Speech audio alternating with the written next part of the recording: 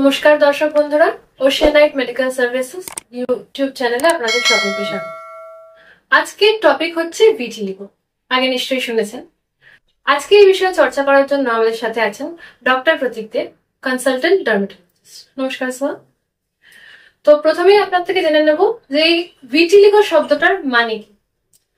তো ভিটিলিগো, যেটাকে আমরা বাংলা ভাষায় সেতি বলি, ভিটিলিগো হচ্ছে একটা অটোইমিউন রোগ, যেটা হচ্ছে শরীর নিজের থেকে প্রডিউস করে হচ্ছে ইমিউন সেলস, যেগুলো পিগমেন্ট প্রডিউসিং যে সেলগুলো থাকে ওগুলোকে ডিস্ট্রয় করে দেয়।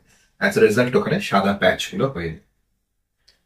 আচ্ছা, তো এই রোগটা কখন হতে পারে, মানে কি করে বুঝবো যে ভিটিলিগো হয়েছে বা এটা কি লক্ষণ থাকতে পারে? তো ভিটিলিগো যেহেতু একটা অটোইমিউন রোগ, এটা কিন্তু অনেক সময় অ্যাসোসিয়েশন থাকে উইথ আদার অটোইমিউন ডিজিজেস। অন্য স্কিন কন্ডিশন যেমন সোরিয়াসিস, অ্যালোপেশিয়া এরিয়াটা মানে চুলের রোগ কিছু থাকে, সেগুলোতে অ্যাসোসিয়েশন থাকে। জেনারেলি দেখা গেছে যে যাদের ভিটিলিগো থাকে তাদের মোটামুটি একটা ফ্যামিলি হিস্ট্রি থাকে, কিন্তু ঠিক আছে, এটা ডিস্টেন্ট রিলেটিভ হলেও তাদের মধ্যে থাকে। 1/5 মতন পপুলেশনে অফ পেশেন্টস এই কিন্তু হিস্ট্রিটা পাওয়া যায়। সেকেন্ডলি, জেনেটিক্স ছাড়া সেটা হচ্ছে এনভায়রনমেন্টাল ফ্যাক্টরস কিছু আছে, টক্সিনস, ইভেন ইমোশনাল স্ট্রেস। যারা অলরেডি হচ্ছে সাসেপ্টেবল এই ডিজিজটার জন্য, because it's a genetic disease, তাদের কিন্তু এটা ট্রিগার হয়ে যায় তাদের ক্ষেত্রে। সো এটা কিন্তু যে কোনো বয়সেই হতে পারে। আচ্ছা, এটার কোনো বয়স সীমা নেই। আচ্ছা, এটা আপনি বললেন ফ্যামিলি থেকে মানে ইনহেরিটেড হতে পারে, কিন্তু আজকাল দেখা যাচ্ছে ভিটিলিগোটা খুব বেড়েছে। এটার কি আরো কোনো কারণ থাকতে পারে? হ্যাঁ, যেমন ভিটিলিগো যেমন বললাম একটা জেনেটিক রোগ, তো জেনেটিক রোগ হওয়া মানে হচ্ছে যাদের মধ্যে রোগটা হওয়ার সম্ভাবনা আছে সবার মধ্যে ট্রিগার হয় না জিনিসটা। আজকাল কি হয়েছে, যেহেতু স্ট্রেস, টক্সিনস, এনভায়রনমেন্টাল যেগুলো আমাদের মধ্যে এখন চলছে আর কি, এগুলো জিনিসটাকে ট্রিগার করে দেয়। ওই জন্য যেহেতু নাম্বার অফ ট্রিগার্স যেহেতু বেড়ে গেছে, ওই জন্য already genetically susceptible individual is prone to get vitiligo, সেটা হয়তো ইনসিডেন্সটা বেড়ে গেছে।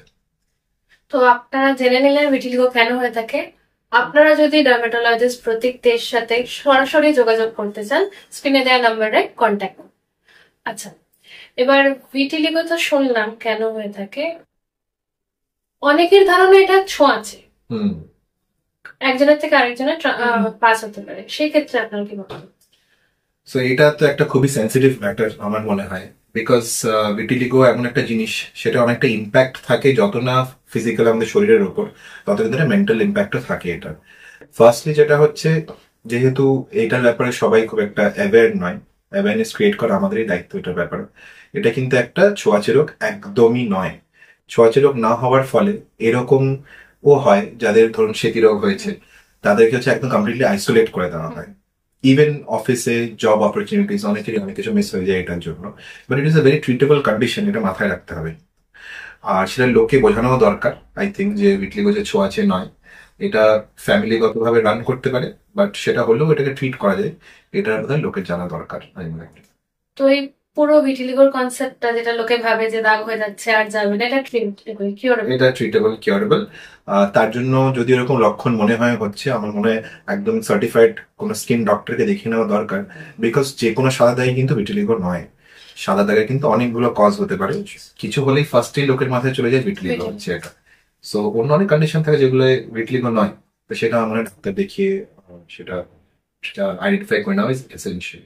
আরেকটা যে ধারণাটা আমি যেটা জানি, সেটা হচ্ছে লোকে ভাবে যে কিছু শেয়ার করলে, ধরুন কারোর আছে, সেটা শেয়ার করলে আরেকজনের হয়ে যেতে পারে। এই কনসেপ্টটা কতটা ট্রু? তো এই কনসেপ্টটা একদমই ট্রু নয়, because vitiligo is a non communicable disease. It is genetic disease, যেটা যদি আপনার হয়ে থাকে সেটা আপনার শরীরের ভেতরেই থাকবে, আর সেটা অন্য কারোর মধ্যে স্প্রেড করবে না। তো সেই ক্ষেত্রে ট্যাবুটা রিমুভ করা ইজ ইম্পর্টেন্ট, বিকজ পেশেন্টের ক্ষেত্রেও psychological support is a big part of treatment for such patients. হ্যাঁ, তো সেইটা আমার মনে হয় awareness is more important in such cases. তো ভিটিলিগো হয়ে থাকলে আমার যেটা মনে হয়, যেমন ফিজিক্যাল ড্যামেজ হচ্ছে তেমন মেন্টাল ড্যামেজও প্রচন্ডই হয়। সেই ক্ষেত্রে আপনার কি বলার আছে? অ্যাবসলিউটলি, মেন্টাল ড্যামেজ তো হয়ই, যথেষ্ট যথেষ্ট ইম্প্যাক্ট হয় পেশেন্টের উপর। আমি এরকম ইনস্টেন্সেস দেখেছি, যেখানে একজন ইয়াং মেয়ে আসছে ধরুন কোনো রুরাল এরিয়া থেকে, তার বিয়ে হচ্ছে না বিকজ অফ ভিটিলিগো। বিকজ সবার মধ্যে একটা সেই ধারণা আছে যে ভিটিলিগো হলে পর পরের আগামী প্রজন্মের হয়ে যাবে, বা এটা একটা ছোঁয়াচে রোগ, এর জন্য হয়তো বিয়ে হচ্ছে না। তো সেসব ক্ষেত্রে ঠিকঠাক টাইমলি ট্রিটমেন্ট করে যখন ভিটলিগোর রং ফেরত চলে এসছে তখন কিন্তু সেই মিল্কির বিয়ে হয়েছে এবং সে ভালো আছে। তো আমার মনে হয় অ্যাজ ডক্টর, স্কিন ডক্টরস, এটা আমাদের একটা পাওনা যে একটা রোগ ঠিক হলে পর তার যে সোসাইটিতেও একটা একটা ইম্প্যাক্ট আছে আর কি, সেটা আমার মনে হয় ভেরি ইম্পর্টেন্ট।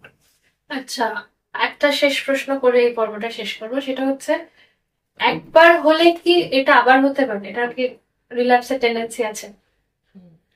এটা একটা কোয়েশ্চেন যেটা আমার মনে হয় সব পেশেন্টের মাথায় থাকে যাদের ভিটলিগো হয়, স্পেশালি ছোট বয়সে যাদের হয়, তাদের মা বাবারা যখন নিয়ে আসে, যদি জিনিসটা ঠিকও হয়ে যায়, দে ভেরি মাচ কনসার্ন যে বড় হয়ে জিনিসটা আবার হবে কিনা।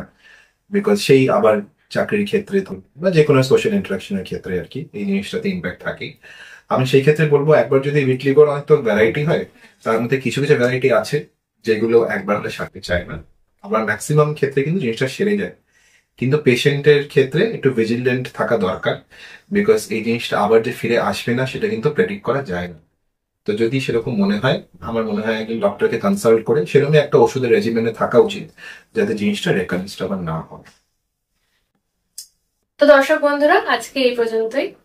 ধন্যবাদ স্যার আমাদের সাথে থাকার জন্য। Thank you. আপনাদের যদি মনে হয় কি এরকম কিছু হচ্ছে বা ভিটিলিগো হওয়ার চান্স আছে, আপনারা সরাসরি ডক্টর প্রতীক দের সাথে যদি যোগাযোগ করতে চান, স্ক্রিনে দেওয়া নম্বরটি যোগাযোগ করুন। ধন্যবাদ। ওশিয়ানাইট মেডিকেল সার্ভিসেস এর ইউটিউব চ্যানেলটা অবশ্যই সাবস্ক্রাইব করুন।